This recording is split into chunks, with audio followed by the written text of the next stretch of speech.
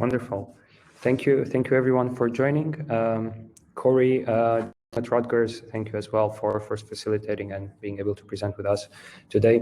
I'm Vlad. I'm going to give a quick introduction to FeedbackFruits, and most of the session today will be dedicated for Corey to give more insights on how he has used pedagogical technology to boost student accountability and engagement within his class. A brief agenda. What we're looking at today is just the problem of student disengagement, focus on skilled focused education, what are the opportunities and challenges that we find in peer assessment, relationship with FeedbackFruits and these challenges or opportunities, and then diving into the use case from Corey. And of course, we'll have a Q&A in place. Feel free to you can always type in your questions or any notes in the chat. We also have one more colleague joining us, so you'll be able to respond to them at no time. Now going back at it, and the reason why we're here is that we see a rise in student disengagement in this case. Back in the days when I was studying, I know I was not always the most engaged student, and this due to the fact that either the technology was not facilitating enough or the course design was not done to the extent that I would have liked. Moreover, just looking at what happened after the pandemic, on different surveys that we see that student satisfaction on their learning and how they addressed their courses in the past year decreased. Also, they feel less engaged in the online classrooms, either because there might be just over a Zoom lecture, or maybe the technology that's supported is not developed well enough, and they have lesser collaboration options, so they cannot interact with each other the way they used to do on campus. Now, we know that digital transformation is a challenge, and for us, there's always a question that we want to ask is like, do we see online learning a temporary solution or a long-term educational path?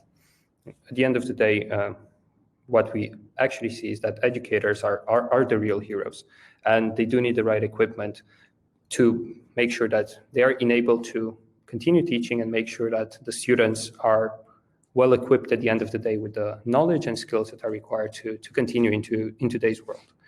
Now, for today, we'll focus on self and peer assessment in an asynchronous setting. Before diving into that, we're going to take a step back and look at FeedbackFruits and our DNA, which is we're a technology provider. However, we always keep to our word, saying that we don't put the technology in front of the pedagogical horse, but we have the pedagogical horse drive the technological carts to make sure that instructors are able to continue their teaching the way they're used to based on those research methods that they are proven to have effect. Our objectives looking at today's work is also to help assist with skills development, offer diversity to teaching, learning, and assessment, but also to keep the interaction and connectiveness between the students. Now, before continuing, I do have a quick question in this, and if you guys are willing to share a couple of words on how you target some of the skill developments or the diversity in assessment in your courses, would be wonderful to hear your thoughts. So hope you're able to share them in the chat. Now, furthermore, why we chose peer assessment for today. One element that I had in conversations with Corey, and I told him, like, for us, at least for me, there's no course that doesn't include the word feedback because it's so rich, and it can come from peers, it can come from faculty, it can come from TAs, but that's the most valuable input that you can get throughout your study career. At the same time, it develops student higher order cognitive skills, helps teaching and learning, like looking at the learning outcomes and the progress, also maintains the interaction between students.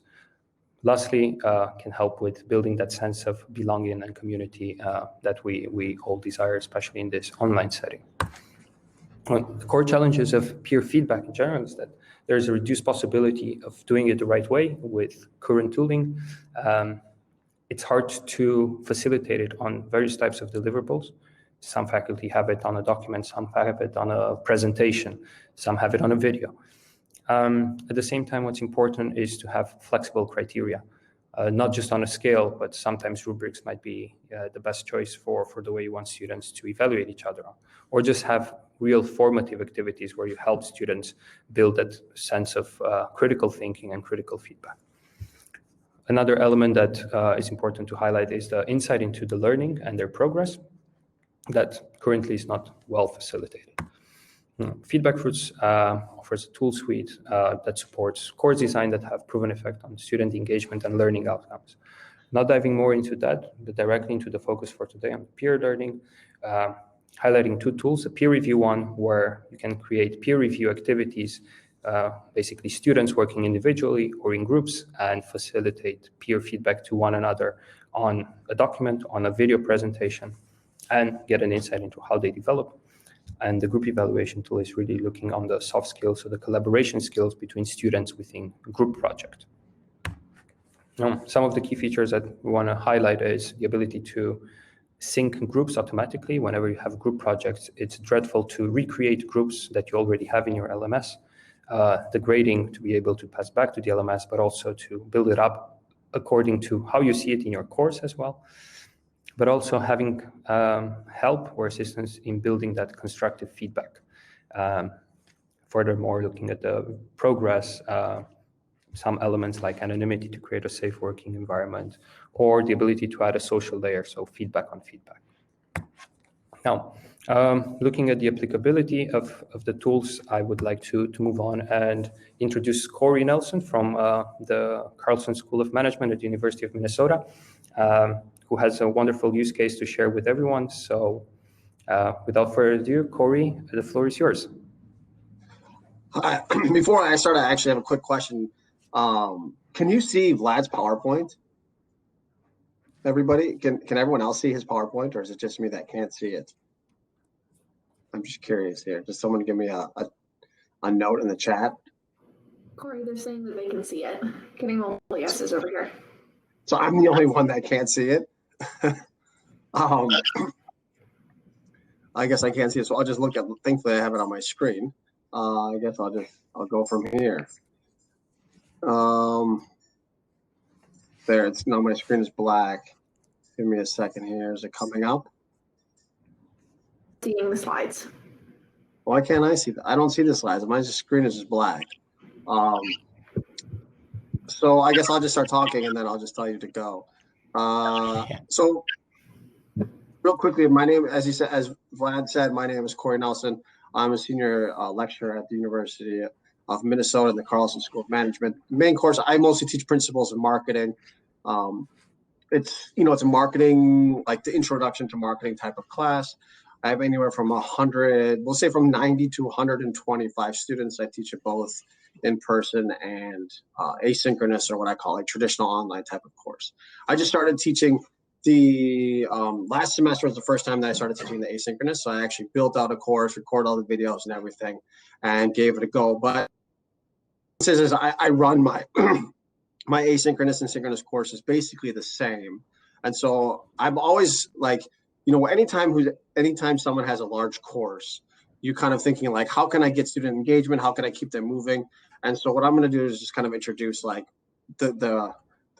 my goals of the course and why I got to this. And so basically the course is made up as, I have exams and I have, a final marketing plan paper due at the end of the semester.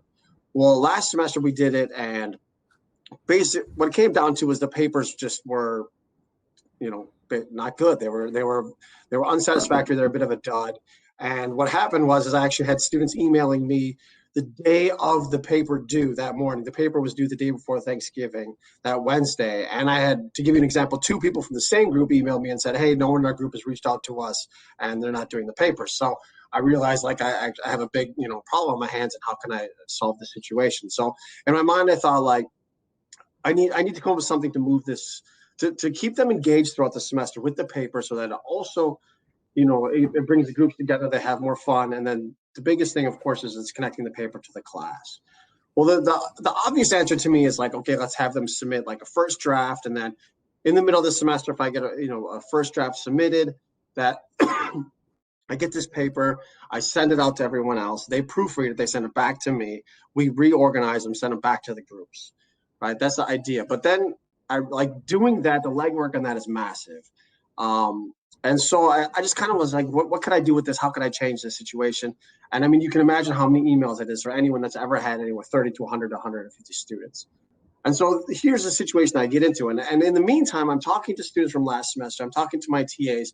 And the same thing kind of keeps coming up. Like, well, why don't you work on your papers throughout the semester like a normal synchronous class or a traditional in class? And they always said, well, my group members are weird. Too many people kind of say the same thing. My group members are weird. My group members are weird. I don't want to talk to them. And the only reason they think they're weird is because they haven't met them, right? And so my job, I realized, was not getting them to work on the paper, to improve the paper, all that. The ultimate goal is just accountability, right? Getting them to meet each other, be accountable for each other so that they actually want to do well in the class. And then if they want to do well, then they have fun, and all of that kind of ties together. And that's like my goals as a teacher. That's what I care about. Do they have fun, and are they actually learning marketing? And, you know, the one thing to think about is most of my students, this is the only marketing class that they'll ever take in their lives. And so I have, like, you know, kind of a lot of steps to take. Well, if you, as you can see on the sheet, it says, you know, like, so I kind of listed what I did. And so once I got there, I thought, like, how could I do these things? And then I stumbled onto FeedbackFruits. Last semester, an email came my way. And as soon as I read through what FeedbackFruits does, I realized, like, this is the tool. FeedbackFruits is different than every other tool that I've ever seen. And just to start out, like, I actually reached out to Vlad and his team and kind of said, like, you know, teach me more. We had an open, like, introduction to FeedbackFruits, and it was myself and one other person, and that was it at the whole school that showed up. And I realized, like, FeedbackFruits is different than other ones because if you think of like Flipgrid or maybe you've Yellow Dig or any other tools you've used, most of those tools are set up to are add-ons, right? Like a Flipgrid, like how can I add more to my class, like video recording or whatever it is, or adding more. Where this tool is more, it's a logistics tool.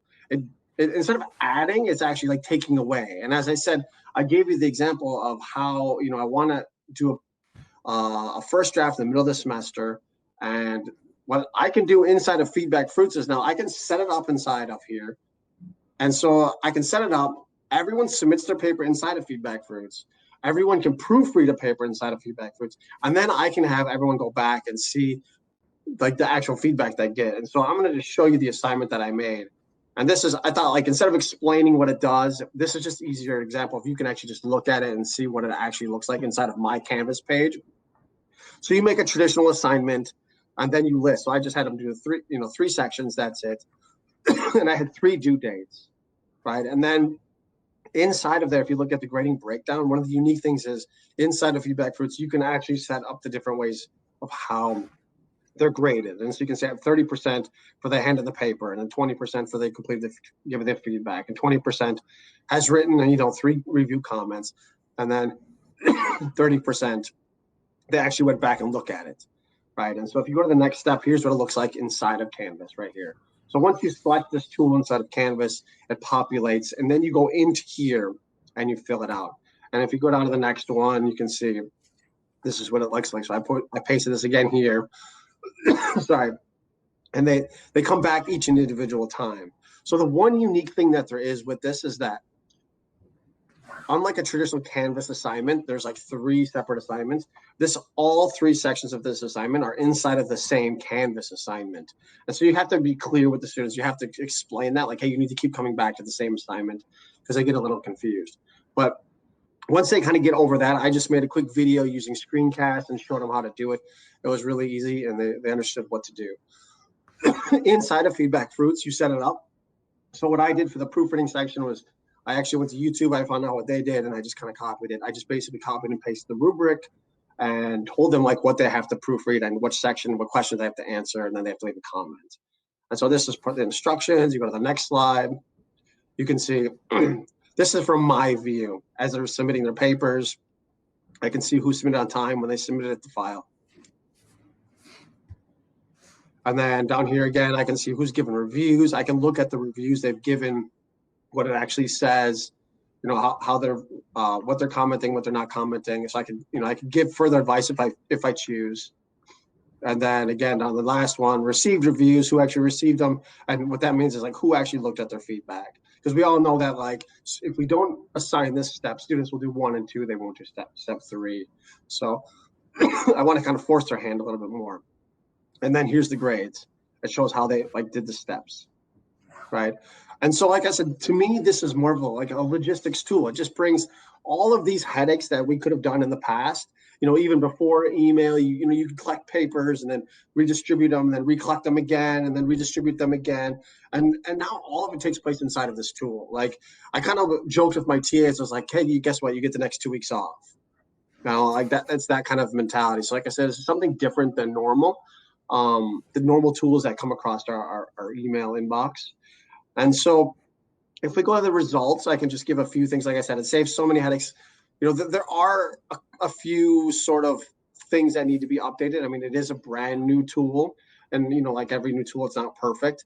One thing is currently there's no student. I can't see what the students see. So I'm a bit of like I don't want to say like a risk taker, but I'm like a let's do it and see what kind of happens mentality. So I actually did it, and I have no idea what the students see.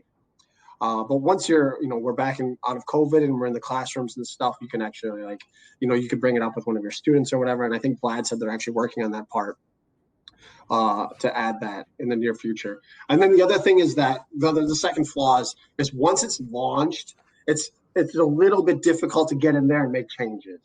Right, like kind of once it's set, it's a bit set, which it's not that big of a deal. It's not that stressful. And the funny thing is you can kind of use it as an excuse to students who, the only reason you want to change something is because someone submits something late, and now it kind of like, oh, sorry, can't switch it. So it's not necessarily that bad, but it's in there. Like if you're someone who wants to go in there and like change things once they're set up, it is a little negative. The one thing I do want to point out, and this is something that I never ever took into account previous to being in the COVID world, is that like I didn't use the Canvas calendar, and now I do. And so I realized one of the things is one of my worries was like, what's FeedbackFruits is going to work with the Canvas calendar? And the thing is what it does is it actually, so I had 3 set assignments, and it actually populates all 3 into the Canvas calendar. But I had to do is I went into the Canvas calendar, opened up all those 3 sections that were in there, and then what I did was I pasted a link to the assignment, so the students could go into the Canvas calendar, look at it, click the link, and it'll take them to the assignment each time, so they don't have it to navigate through and be like, is it the same assignment, is it not the same assignment, type of thing. So you do have to be a little bit clear in explaining it, just because it's different than a traditional Canvas assignment. But I think like overall it's good, and like I said, the negatives are ones that are not that big of negatives, and the reason I'm doing this is because I believe it's a bit of a game changer. It's a tool. Like I'm trying to push it on, my peers at work, coworkers and stuff. I think like I said, it drives accountability to students, it keeps them engaged, and it just, it makes things that we knew make the class better, but we have often avoided just because it's a logistical nightmare. Like I said, I have 100 to 120 students. I mean, I know some people have, 300, maybe 400 students, and those types of things are just a nightmare. And now it's done. And the one last thing that's really nice about it is once you set it up once, it saves as a template, and you can actually copy and paste it into your other existing courses. So if you have the same course, which I teach the same course 4 times, I just put it in there. And to me, I don't think it has anything to do whether you're asynchronous or synchronous in the classroom, whatever. It's all the same. Like I'll always use the tool as long as it exists. So I think I'll end there. If anyone has any questions, feel free to please ask. Thank you so much, Corey. I'll quickly stop sharing the screen, and actually just want to add, if you of course to share any of your future thoughts, because you highlighted the peer review part, so really trying to keep them more accountable to the work they're doing and how they're presenting their final report towards you at the end of the course. But also in our conversation, you mentioned a bit about the group evaluation aspect to it. So I'm curious if you are willing to also share with the attendees a couple of notes there. Yeah, so inside of the tool, there's more than one thing you can do. You can also do group evaluations. And again, like in the past, I've tried, different survey tools or in-person hand and paper. And it's one of those things, I mean, the only way to really know what's happening inside of a group is to do group evaluation inside of your groups. And just the process of it was always very tedious. And again, inside of FeedbackFruits, there's an option you can set that up. It's really easy, and it's so easy that I've actually done it twice. I'm going to do a mid-semester one that's like they only get graded on 50% for filling it out and 50% for reading the feedback. That's it. And again, it's driving that accountability, right? It's keeping students engaged. And more importantly, like one student emailed me and was like, one of my group members said I didn't do good. Am I going to get negative? I'm like, no, but now you need to make changes. So no one really gets that. The goal, of course, is to avoid those students that get blindsided at the end of the semester. And they're like, why did I get a 1 out of whatever, a 10 or something? And then, we all get those emails and we're kind of stuck between a hard spot and rock kind of thing, right? And so I'm going to do 2 peer evaluations instead of maybe should I do one at the end. I'm actually, like I said, do 2. And I think, again, like it's just getting students to, to be accountable is ultimately the goal. And when they're accountable, I think they have fun, they enjoy the class, they work better. And at the end of the day, they learn more and the papers will be better. And I think, both of them are inside of this tool. And it just, again, to me, it's a logistics tool. And that's why I can see, like, I wanted to help because I feel like logistics tools are harder to market. Everybody wants the next like Flipgrid type of thing that's exciting and fun. And this, I think, kind of could fall between the cracks because it doesn't add that. But once you really use it, you realize like, wow, this saves me tons of headaches and allows me to do the things that I know will make the class better.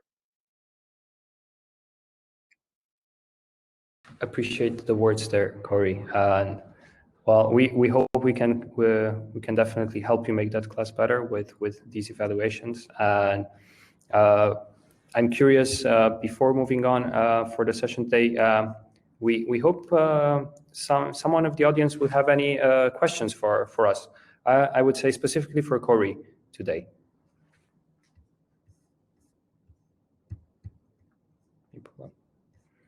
It looks like we have a few coming through. So the first question comes from Drew Hopkins. He asks, do grades automatically sync to the Canvas gradebook? Yes, they do. They automatically. So there's one more, if Vlad wants to go back to the screen, maybe. Yes. So if you go to the last one, I think it's slide number 24. So this one right below there, see where it says grading and then it says published grades. You can set that, or you can see I set a date, or I can press that and they'll automatically sync into Canvas. Yeah. So you don't have to do any of that. It just syncs right in there. It's really nice. And then actually, if you go back one more, I know this is like not really a question, but there's like this little arrow on that same slide. You can go in there and you can modify the grades. If for something, like something like, you've noticed an error. There's an odd error that happens right now currently inside there that I noticed and I had to fix, is that if someone doesn't do part 2, when someone doesn't proofread someone else's paper, then that person, the person's paper who was supposed to be proofreading gets like negatively punished. And so you just go in there and fix it really quickly. But yeah, it's yeah. Next question. Thank you, Corey. Our next question comes from Elena. She asks, what other tool would you say is most similar to FeedbackFruits, or do you find that it is completely unique? In my experience, like I said, I've tried, like the different survey tools and like Google Drives and email, and I just think everything is clunky, for lack of better words. Like this is just, it's super unique. It just makes it so much easier to do what we all want to do, right? Like, to be honest, I don't know anything that works as smooth as this. I'm sure there was something out there, but I've never heard of anything. And I try to be very active in searching out the new softwares to make the classes better. So yeah, I don't know anything that it makes it that's similar in that sense.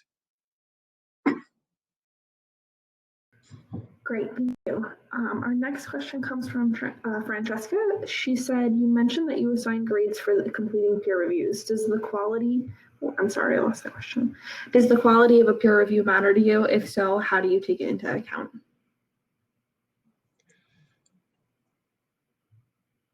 To be honest, I personally don't really care that much. I care that I'm just gonna be honest. I don't really care the quality that much. Like my goal is not so much like, my goal is just to keep them engaged, and hopefully if there are students who are struggling, then they'll give them and then the feedback is anonymous. And so hopefully it will point it out and they feel like a little bit of like kind of guilt, I guess, and then they'll participate more moving on the rest of the semester. So, I mean, you could set it up for that. Like you could probably go in there and, word the questions differently and things if you want. I kept it pretty basic. I didn't want to burden the students that much, but that's my personal opinion. So I don't have that good of an answer for that one. Thanks, Corey, for that. I have one small addition to it. If you really look into grading the quality of the feedback and have students improve that, there is an element within FeedbackFruits we call participation grading. And this comes back by research we did with Wageningen University, looking on how we can increase the quality of feedback that students give in. So rather than grading them on just hand in, type in four comments, or review three peers, the only part that you get graded on is the quality of your feedback. So students are not required to do 1 or 10 comments. It remains open for them. But at the end of the activity, they are prompted that after you're done with the feedback that you provide to your peers, select 1, 2, 3, I don't know, it depends on how the faculty sets it up. These number of comments that you send back to the faculty or the TAs to grade. What you see now in terms of the results is that the quality of the feedback actually increases from the first entry all the way to the last, because they know, all right, so this is my first feedback. I'm going to type in something great, very constructive. But then when they add the second piece of feedback, they'll reflect, oh, was my previous note good enough? So actually just flip them to spark more critical thinking in how they organize themselves and how they provide the feedback. But of course, it's really how you want to set it up. And I'm honestly, looking at the slides that also Corey shared, you could see that he mentioned students were required to do at least one comment, review one peer and place one comment, but I'm not sure if everyone caught it, but you were able to see that students actually did more than just one comment, or an average of 3-5 comments per person. So that means that they were engaged and they had things to share with each other. Hope this is helpful, Deborah. And I'll just add, for me, the most important goal, like besides obviously accountability, was to just actually have them read other students' papers. I felt like instead of giving feedback, I wanted them to read. So, if there's a group of 5 people, they read 5 other papers. Now, when they go back and they do the rest of their own paper, hopefully they learn enough from those papers to make their own paper much better. That was like kind of like my trick that I'm going for instead of actually the feedback.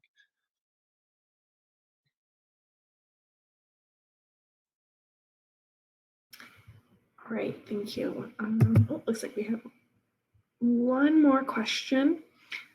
Carrie Williams asks, is this version available at Rutgers? I just looked at the Canvas apps and it appears that the discussion part is available, but are all the uses of FeedbackFruits?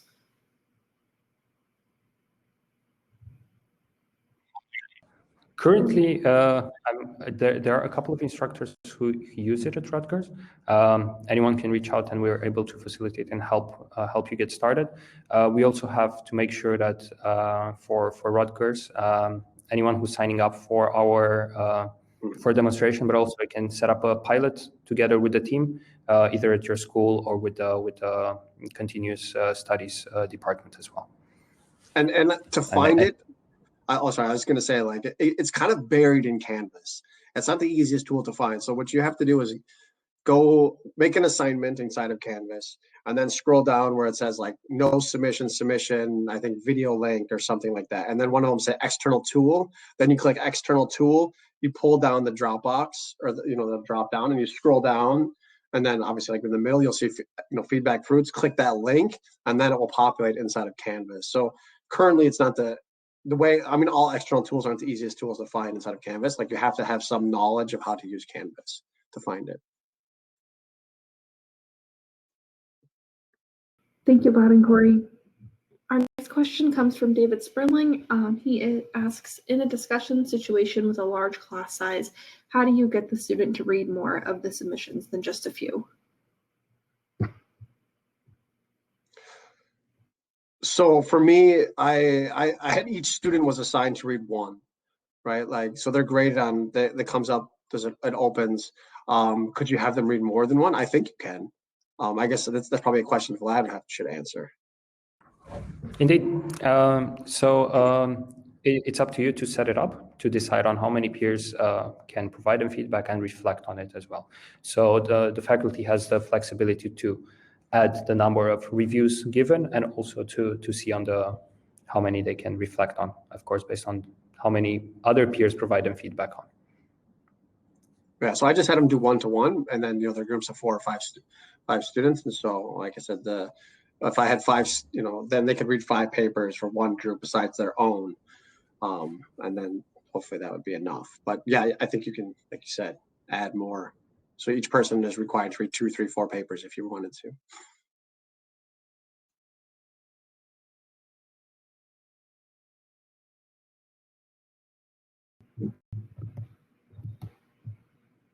All right, thank you. So we don't have any more questions at this time, but I will use this time to call out that Abdullah shared a link in the chat for any attendees here. They're offering a free pilot for next semester to validate the feedback tools.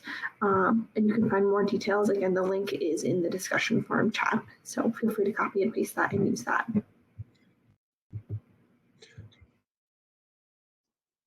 Thank you, Mackenzie, for sharing. Go ahead. Thank you. Go ahead, Corey. I was just going to say that in the beginning, they said that the record yesterday was like 40 people. We have 47. So I appreciate everyone coming to listen. And like I said, FeedbackFruits, it is, I'm just going to add one thing. Like there's a lot to it. It's a little overwhelming in the beginning, but I think if you put the time and the energy, they have videos on YouTube that I just kind of self-taught myself. And I think it's a useful thing. So thank you everyone for coming. And if you ever have questions or you want to reach out, feel free to, I don't know if my email's in here or if I gave my LinkedIn, and just feel free anytime to ask any questions if you want to chat about it. Thank you. Appreciate it, Corey. If you're all right, we can, of course, add your email to the discussion forum so the attendees can have it. Yeah, same as on our side. If you want to learn more, and specifically if you have more functional related questions on FeedbackFruits, we can always answer them. Be it myself or Abdullah, who's in the chat. I was thinking, because we do still have about 15 minutes in the session, if everyone in the room would like to just briefly see how you would see the activity in a Canvas environment through a student perspective or a teacher perspective as well, I can show a high level overview as well, if you're open to it, of course.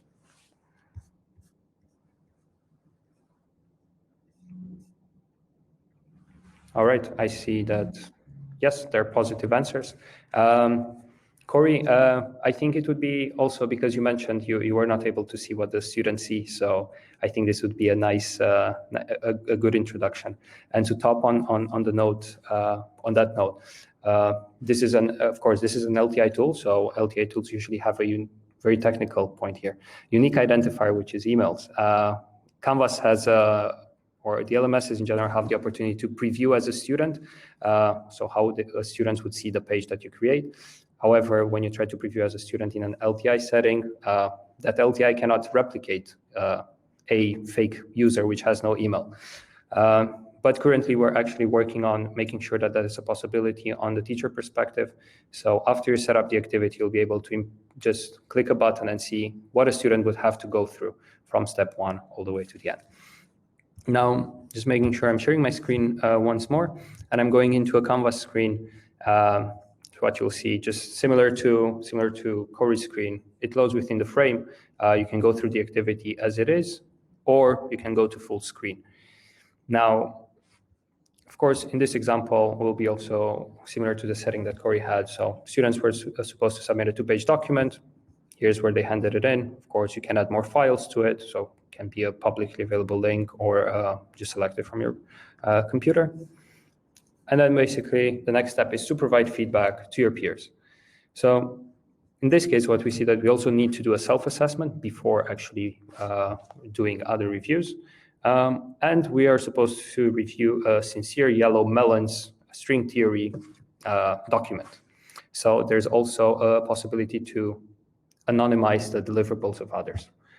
If I click on it, what students will get prompted on is with that specific deliverable, So you can have a read, try to get an understanding of the string theory, and if they did it according to the criteria that were set by the instructor. So on the right side, you will always be prompted with the overall criteria. So here's just overall feedback or logical flow or quality of references. Now, the important part is that you can always make your feedback more precise and link it to the right moment in time. So really make an annotation to it. So let's say that this specific part of the text actually relates back to the scientific physics concept, and I can give, hey guys, X, Y, Z about physics. I'm not a physician. I didn't study physics too much, so I cannot give too many theories on that end. And instructors can also add some small nudges to like prompt students, hey, make sure that you use accuracy of the models when you provide that feedback. Optionally, you can add a recorded, you can record your voice to provide your feedback or add a small attachment like a video and indicate if it's a compliment or a suggestion and post it. At the same time, you see that we're also posting our feedback as a diligent bronze grape. So really having that anonymized loop closed, so you do not know who you're reviewing and the reviewer doesn't know who has provided them this feedback. On the teacher end, you'll always be able to see all the notes, all the names of the students, of course. Now, furthermore, the fourth step is where students reflect. So you can see that in this case, Misa got two different reviews. It was just her self-assessment and a review from the resource for Green Lemon. You can go through the document and see how you were reviewed. There was no qualitative comments attached to it, but you can see on the quantitative level, what did they do? You have here, of course, the self-assessment. Students can always download the feedback they receive as well. So in order to keep it for their file. And an interesting element is the reflection. So based on the feedback they receive, they always have the possibility to have a reflection in this case. So try to, was the feedback that I received useful? What did I learn from it? How can I improve for the next time? And lastly, a grading element attached. So here, similar to how Corey built it, you see how you get to your final grade. Now, I'm going to stop acting as Misa, and I'm just going to be previewed in the teacher perspective directly. Before moving on, I'm curious if there are any questions, perhaps from the audience so far on the student perspective that might have come in during the presentation.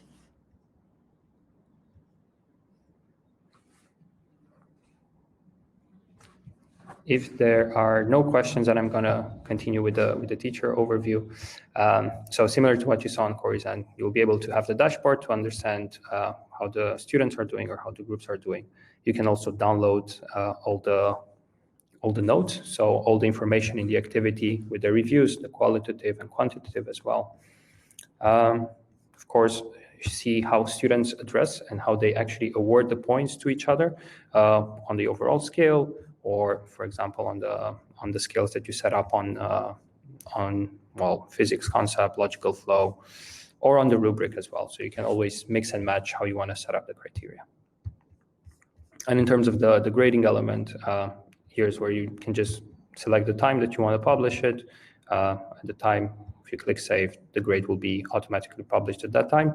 Or when you're happy with the grades, you can just click publish grades. Whenever you have additions to it, faculty can always override. So you think they actually did better, John Doe did actually better, the report was more constructive than others, you can give them +5 extra points, and then the grade adjusts for the student as well. Lastly, just briefly highlighting the settings. You can always customize the instructions. You can change the type of work students are doing. If you have group work, that can be individuals within groups to review each other, or groups reviewing other groups. So the groups automatically sync from Canvas or from any other LMS. You can set up due dates for every single step, similar to what Corey said, and that feeds back to the calendar of the students, but also select the type of deliverables they can do. Can give a deadline for the review. Can see when they actually see the feedback. So maybe you want to first review the feedback yourself and only after that release it. So just after a specific date, you can put it further on. And of course, play around with self-assessment, anonymity elements, but also the required reviews per student. And of course, last point will be the grading, so you can build up to the grade on how you want. So if you don't want them to get grade on handing in, you can add 2 points here, and you can add another 29.2 here. So then the grade built up to 100%. You can always customize it the way you want. That would be it. When you're happy with it, you can save it and of course move on. Vlad, we have a question in the comment. If you're ready to take it. Yes. David is asking, if you leave a comment for a student, can you tell whether they've read it? Also, can you get a notice in Canvas if they've sent you a later response? Yes, so very good question. So you will always be able to see if students read the feedback they received from others, up to like if they read just 1 out of 6 pieces or 9 out of 10, for example. So you can always track on that.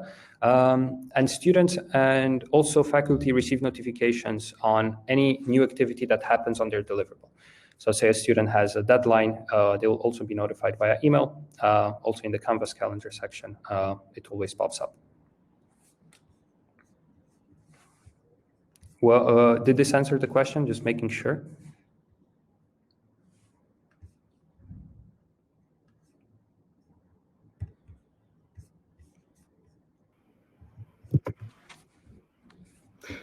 I'm not seeing anything in the Q&A or discussion forum. So I'm assuming we've answered their question. No, and of course, if more questions do come up, feel free to reach out to us. I know we have I see that the session ends in about 7 minutes, but I do want to take the time to say one more time, guys, if you have any notes or any questions to Corey, I think this would be the time because it's the best way to interact and the quickest. So feel free to address them. And curious if Corey has any other notes that you would like to share. Otherwise, we can slowly wrap up with our session today.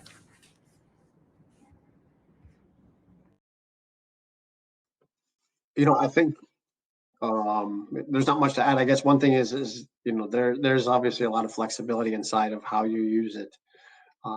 There's more for me, I keep it pretty basic, but like you can do videos. I guess you didn't talk about the videos, did you, Vlad? I never. If you want to give that. You can also use videos for students to submit and provide feedback on videos, of course. Yeah. And it really depends like on how you have your course set up, what type of deliverables do students provide here. So be it presentations, be it video recordings, lab experiments as well. You see it happening many. Deliver a lab experiment and then provide feedback to each other on that specific end. So it's flexible. One thing is like Corey also found out about us and used the material we have online, but we're always more than happy to just sit together with you, discuss your use case to see, all right, what is the best way to set it up? Is there anything that we can give you our opinion or advice on? Like, hey, maybe you want perhaps a more safe environment, but you didn't think about anonymity. So we can say, hey, perhaps this type of anonymity is good for your use case. So we can always continue those discussions. So I can add one thing is that, I know this is for online classes and for large online classes, but I don't think it's not limited to that, right? You can use it for small or large, and you can use it in person, Zoom or asynchronous. It's not limited to one type of class. Addition, Corey. I think you're right, because the feedback in general, just helping students become better learners, can be achieved through such activities. And these can be done as well when you have a traditional face-to-face class as well, because they'll still be creating a deliverable. They'll still be writing their report or the 2-page document that they have to present to you as faculty. And I'm sure that you want to read always quality papers. So just making sure that you introduce such reviews can help that process as well, facilitate it in a better way. One thing that you didn't add and I never said was that the groups, so you go into Canvas and you make groups inside of Canvas. And then when you make the assignment, you actually make it an individual assignment, but then the tool FeedbackFruits will actually populate them into their groups that they're in inside of Canvas, if that makes sense. Indeed. Thank you. Thank you very much for that, Corey. That's an important element. So all the groups that you have in Canvas or the sections or other LMSs, they'll always be automatically synced to the FeedbackFruits activity. So that will actually save a lot of time, especially when you talk about group work, because you always have a lot of groups and then there's always just a workaround to it. So now we make sure that we facilitate it for you. So you just make sure that you create a criteria and you let students start doing and focus on providing the more high order feedback back at the end of the day on the activity itself. All right, we are close to time, but we do have one last question in the ask. Catherine asks, she apologizes, she may have missed this bit of information, but what feedback have you received from students using this tool? So I try to, like, you know, we're doing in the middle of the semester. Currently, 3 of the classes are doing it right now as we speak, and then 1 just finished up. So the little bit of, you know, time I've been able to get on Zoom with a couple of the students, I asked right away because I'm super curious what they think, and they said, yeah, it's good, it's easy, and that's the biggest thing. They just said it's good and it's easy, I guess. What does that mean? I don't really know, but and like I said, it's good and it's easy. I'm just gonna leave it at that. You can, maybe not the best, but I think, yeah, I'm happy, and they seem to be. I guess no news is good news. That's kind of my mentality. That's it. I think to top on that bad news, or if something doesn't work, that circulates faster than something working well. It's not always highlighted. Some notes on feedback that we received as well is like, it's easy to use. Sometimes when we did reviews on some courses we ran, there were students saying, I don't know what FeedbackFruits was, which is positive because that means they thought everything happened in the learning management system, in the course, everything went normal. But of course, we'd like to also get the feedback on their experience in FeedbackFruits, so that was on the negative end for us. But it's really, we say it's quite intuitive. We have the tips for the students as well for faculty when you set it up. So we do spend a lot of time making also the research together with faculty and together with students to make sure that we accommodate wherever needed. And I mentioned earlier, and maybe you might have missed, I went out of my way and made a screencast video how to do it. And so, like I said, because all 3 assignments are inside of the same Canvas assignment, and I know that that's kind of foreign to them. That's not normal. So I went out of my way to explain how to do it, where to find it, and I really emphasized that. And so I think that eliminated a lot of potential problems. And so something to think about if you do use it. Thank you for that, Corey. And we've got a few seconds left for today. I think I'm going to leave the floor back to our facilitator, Mackenzie. I do want to thank everyone for sitting together with us for the session. Had a great attendance. Thank you so much, Corey, again, for the time, for the insightful presentation. Looking forward to seeing you later today in other sessions and to our booth around the day. Yeah, again, thank you so much.